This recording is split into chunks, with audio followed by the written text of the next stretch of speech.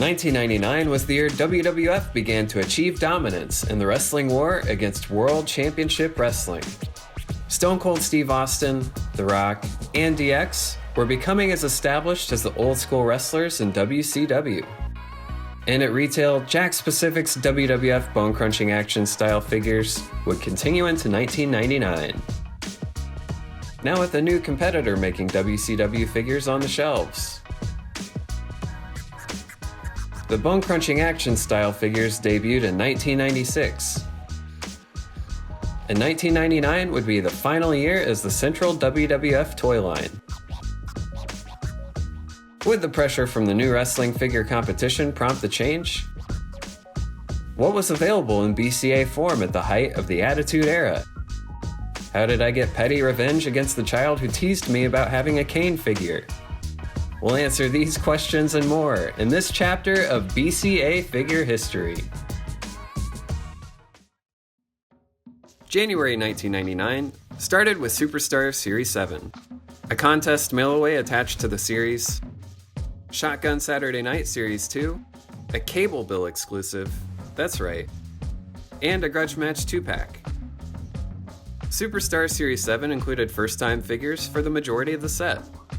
Dr. Death Steve Williams, Edge, X-Pac, Val Venus, and megastars The Undertaker and Steve Austin, which were upgrades from the 1998 figures. This set would include a contest insert, offering a chance at a mail-away Steve Austin figure. Shotgun Saturday Night Series 2 would be an interesting set, with Kane, New Age Outlaws, Shawn Michaels in chaps and ring gear even though he hadn't wrestled in almost a year, Sable, and a short-haired Jeff Jarrett. Does this mugshot look familiar to you? It should, because it's literally a repainted Owen Hart head from Superstars 6.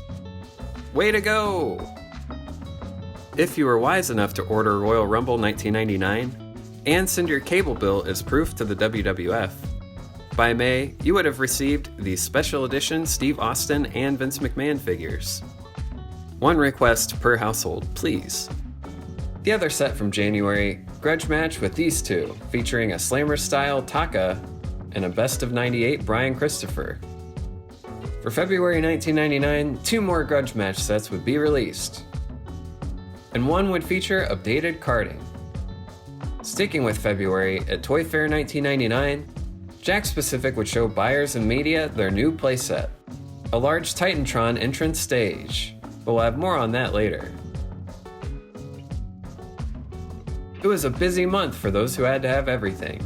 You could build your collection fast with box sets like Fully Loaded and Judgment Day, but also Too Tough Series 3, Signature Series 3, Special Edition Series 3, Live Wire Series 2, Fully Loaded Series 1, and Toy Fair Magazine's first wrestling exclusive with Steve Austin. Who could have stayed on top of all these releases? The Fully Loaded box set included these 4 familiar-looking figures. But Judgment Day's set came with a referee-style Vince McMahon and a commentator set, which were still pretty hard to come by. Wait a minute, have I not covered the Grapple Gear weapon sets yet? Stay tuned, I spent all my allowance making this video. Oh man! What the hell?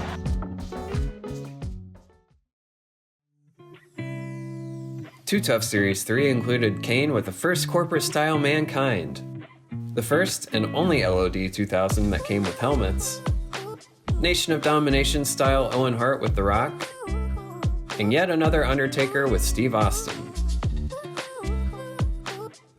Signature Series 3's bright spot was Jacqueline's only figure. The Jacqueline and Dr. Death from Superstars Series 7 are still on clearance at Toys R Us to this day. KB's Special Edition Series 3 was another series of repackaged figures. I thought these were supposed to be special. Livewire Series 2 included basically Superstars Series 7's Val Venus and X-Pac. Also The Rock, Shawn Michaels, And finally, different figures of Mark Marrow and Mark Henry, though only slightly different. Fully Loaded would also be released on WrestleMania 15 packaging. This would have been the only way to grab Al Snow, but the rest of the figures are repainted figures, now with accessories.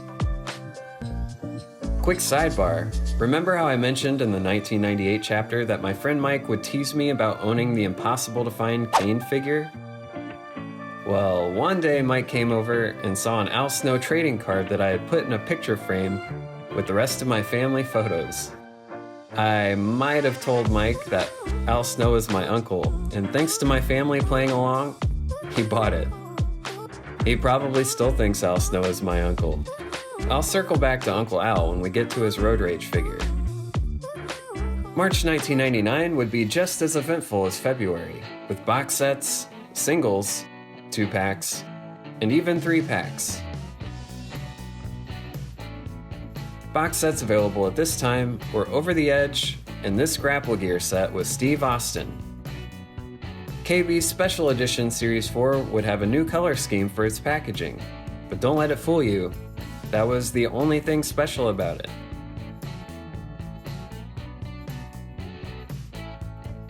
Sunday Night Heat could be found at Target with these 6, which of course included Steve Austin and his most recognizable t-shirt. Tag team sets, and this Bag Steve Austin, limited to 10,000 pieces, were available in time for WrestleMania 15. While re-releases, these were the Headbangers' last figures. These Grudge Match 2-packs also made it out with WrestleMania 15 packaging.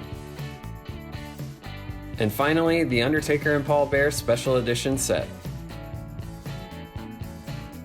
April 1999 was calm, only a rock-bottom Grapple Gear set, and Toy Fair magazine's exclusive Undertaker.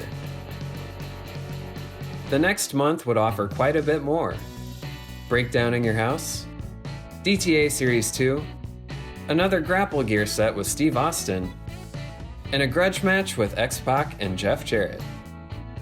D'Lo Brown would get a much-needed figure update with Breakdowning Your House series, even though it was kinda terrible. Just a repainted Vader body, and not the best head likeness. Droz' first action figure, Gold Dust with a robe, and another Mankind, X-Pac, and Steve Austin were also released. Let's face it, DTA Series 2 is notorious for one reason. It's not for the first Steve Blackman in wrestling attire, Edge in bright colors, Al Snow with head, an odd Jeff Jarrett, or Undertaker with a shovel. It's notable because it included Owen Hart's last figure as the Blue Blazer. Unfortunately, it's just a repainted Patriot head on a Bret Hart body, but the figure came with a beautiful cape.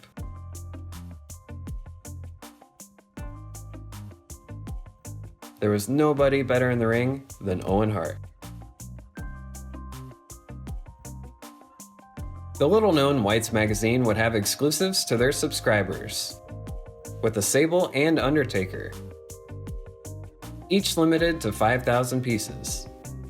Sable, for whatever reason, was sold with her Stomp-style attire, and would be her final action figure, ever. Also available in June was Superstars Series 8 and Too Tough Series 4. Series 8 had a very corporate theme, with The Rock, Kane, Ken Shamrock, and first-time BCA-style figures for Commissioner Michaels, Big Boss Man, and Shane McMahon. Boss Man would also be seen in a 2-pack with Steve Austin for Too Tough Series 4, which included yet another Billy Gunn and Val Venus, the Rock and Sock Connection, and Undertaker with Kane. The second half of 1999 would launch in a big way. Are you ready? I said, I'm not really gonna do it. These 3 series, all of which had SummerSlam 99 carding. Also, Raw is War, Special Edition Series 5, King of the Ring 3-packs, and 2 more grudge match packs. Jakks was definitely taking the quantity over quality approach in the height of the Attitude Era. No one really needed these Raw as War figures, other than maybe this camo-styled Steve Austin. Special Edition Series 5 didn't have any bright spots. It was all re-released figures on new carding. At least new characters and updated figure molds would come with some of the SummerSlam 99 branded series. Fully loaded Series 2 included a Steve Austin, Rock, X-Pac, and Road Dogg, and Shane McMahon with a cloth X-Punk shirt. Also, Test's first action figure. For anyone who missed the first Draw's release, he could be found in Deadly Games along with a bunch of repainted figures, including this must-have tie-dye shirted Oddities Kurgan. Series 9 was the final numbered Superstar series, as the new figure body style called Titantron Live would be announced around this time. It wasn't all bad news, because this series included first-time figures for Christian, Gangrel, Paul White, and Bob Holly. Jakks would try to give collectors a reason to buy these two, with Undertaker now coming with a removable robe, and Vince McMahon with a removable suit. Those hucksters would only give us the front of his suit. Come on now, where's the back? The primary Superstar series wouldn't see another release, but that certainly wouldn't be the end of bone-crunching action, at least not yet.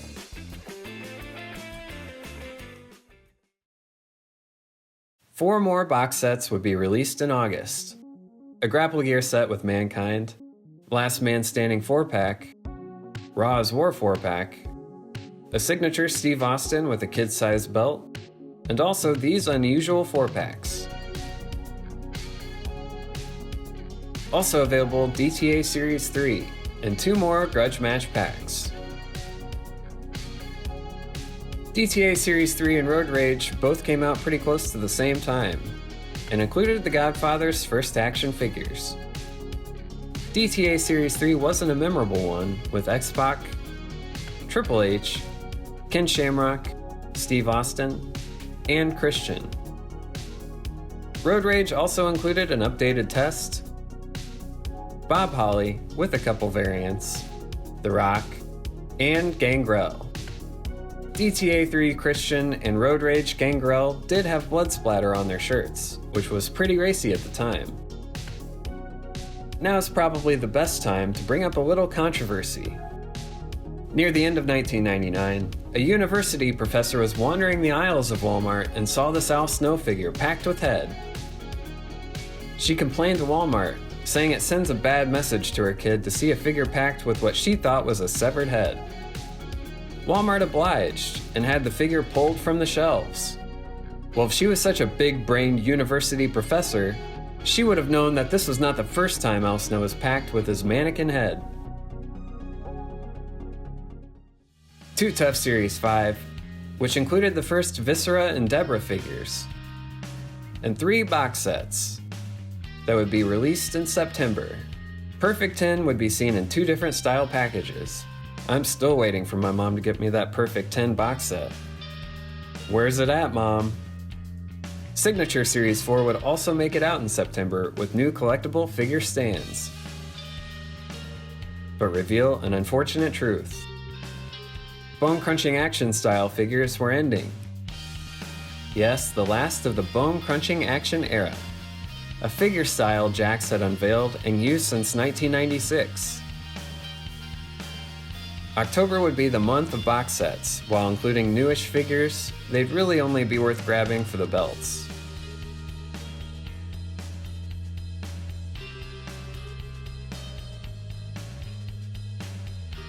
Around this time, the new figure body style would debut, with Titantron Live Series 1. They were called Titantron Live, or TTL, because they worked with the new Titantron Live playset, playing one wrestler's theme music when the foot pressed down on the sensor.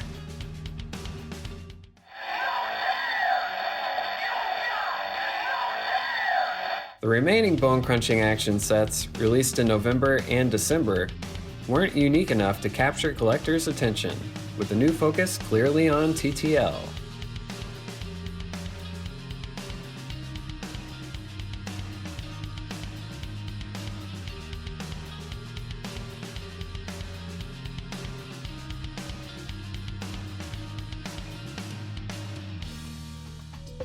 While that would be the end of bone-crunching action style at most retail, in 2000 you could mail away for these Toy Fair exclusives.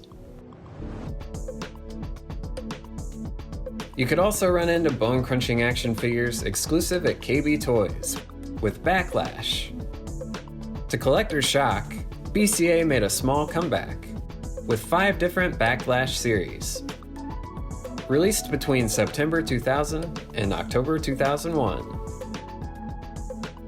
The standouts of the Backlash series include Hardcore Holly, who was maybe supposed to be Crash Holly, Series 3 Triple H, Shawn Michaels in Royal Rumble 97 gear, Kane with an inverted color scheme, Kane and Undertaker with updated attires, Edge in baby blue, a couple more Al Snows, and this right to censor Val Venus, who uses Undertaker's shirt from the very first bone-crunching action series.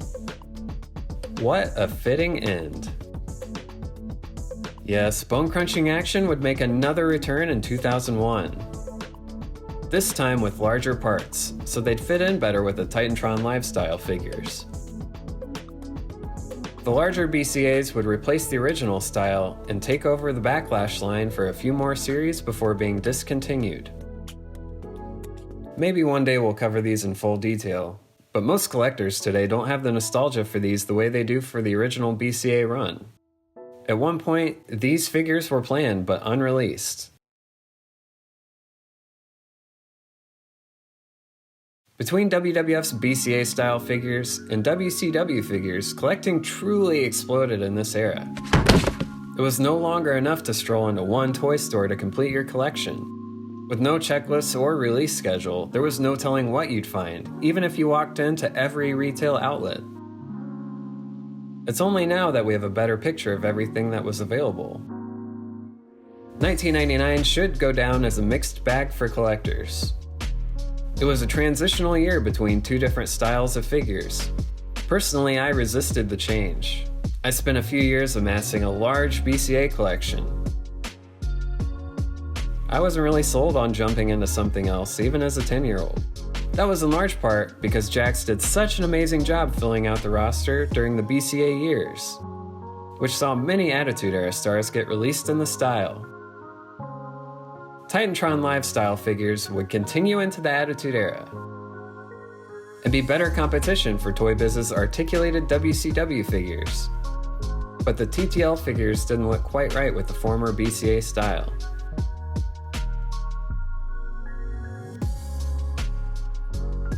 $1999 saw an oversaturation of BCA figures released, with differences in the figures themselves being minimal from the prior years.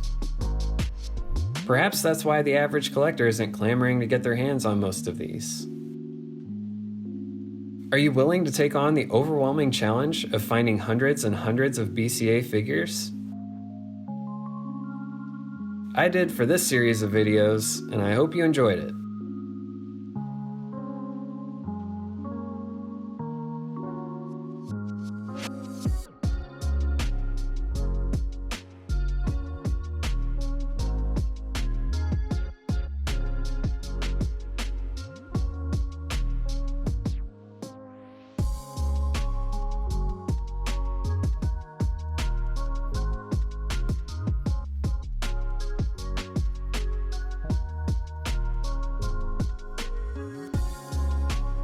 Hey, are you still with me?